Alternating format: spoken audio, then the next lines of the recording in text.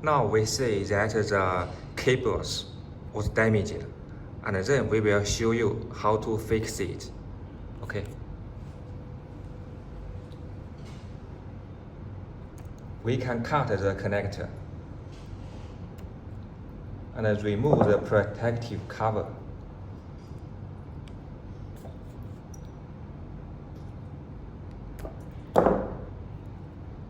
And now connect the cables directly.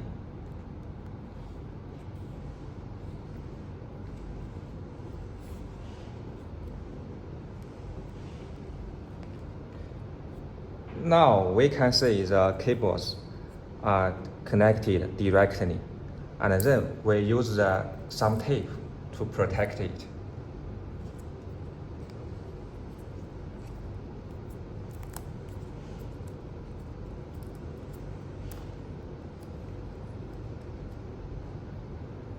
Now it's okay.